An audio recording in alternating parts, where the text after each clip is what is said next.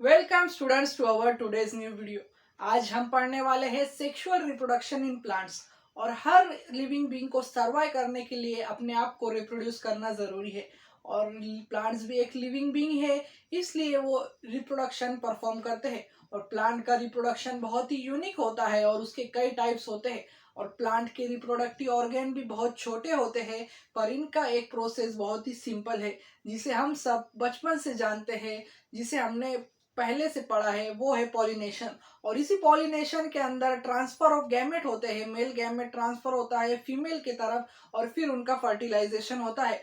तो स्टूडेंट्स की पूरे प्रोसेस हम इन ब्यूटीफुल डायग्राम की मदद से देखेंगे। हम देखेंगे फर्टिलाइजेशन कैसा होता है, मेल पार्ट्स कौन से हैं, फीमेल पार्ट्स कौन से हैं, और पूरी मॉर्फोलॉजी देखेंगे और टाइप्स ऑफ पॉलिनेशन भी देखेंगे स्टूडेंट्स। तो चलो देर ना करते हुए स्टार्ट करते हैं हमारा सेक्सुअल रिप्रोडक्शन इन प्लांट्स। तो स्टूडेंट्स सबसे पहले हमें फ्लावर की मॉर्फोलॉजी स्टडी करनी होगी, क्योंकि फ्लावर ही एक ऐसा पार्ट है जिसके ऊपर पॉलिनेशन होता है और इसी पॉलिनेशन के थ्रू फर्टिलाइजेशन होता है। तो स्टूडेंट्स फ्लावर्स तो हमने कई टाइप के देखे हैं, पर फ्लावर्स के एक कॉमन मॉर्फोलॉजी होती है जो है स्टूडेंट, सबसे पहला है पेटल। पेटल किस लिए होती है? पेटल फ्लावर को एक स्ट्रक्चर प्रोवाइड करती है और स्ट्रक्चर के साथ साथ ये कलरफुल और सेंटेड भी होती है। और पेटल्स को देखकर कई इंसेक्ट अट्रैक्ट होती है और फिर उनके थ्रू पॉलिनेशन होता है। तो स्टूडेंट्स दूसरा पार्ट है हमारा स्टिग्मा, और ये एक सेंटर पार्ट है। स्टिग्मा को फीमेल पार्ट भी कहा जाता है। यहाँ पर आप देख रहे होंगे ये है पूरा एक स्टिग्मा, और स्टिग्मा पर ही हमारे पोलन लैंड होते हैं।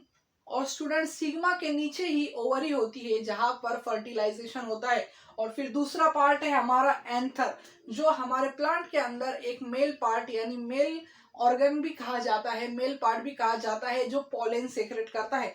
तो स्टूडेंट्स आपके दिमाग में एक क्वेश्चन आया होगा कि हमें पता है में एनिमल्स के अंदर स्पर्म और एग होते हैं, पर प्लांट्स के अंदर क्या होता है, रिप्रोडक्टिव एक गैमेट किसे कहते हैं? तो स्टूडेंट्स प्लांट्स के अंदर मेल रिप्रोडक्टिव पार्ट है हमारा एंथर, और एंथर बनाता है पोलन। और ये पोलन का स्ट्रक्चर कुछ इस तरह से होता है, जिसकी बाहर की वॉल को स्पोरोलिन कहा जाता है। और ये स्पोरोलिन बहुत ही प्रोटेक्टिव वॉल होती है।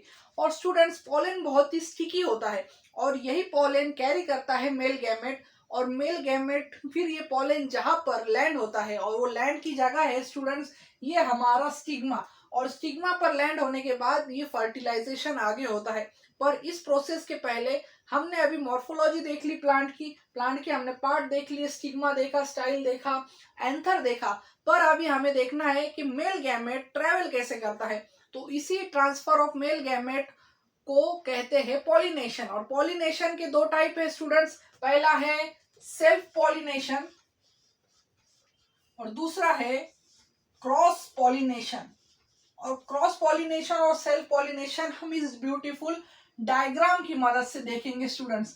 तो स्टूडेंट्स सेल्फ पॉलिनेशन के नाम में ही है कि उसी फ्लावर पर मेल ऑर्गन भी प्रेजेंट होता है, यानी एंथर भी बना होता है, एंथर भी पाया जाता है, और उसी पर स्टिग्मा भी होता है। और ये इजीली ट्रांसफर कर सकता है अपने पोलन उस स्टिग्मा पर। और इस फर्टिलाइजेशन को या इस पॉलिनेशन को कहा जाता है सेल्फ पॉलिनेशन।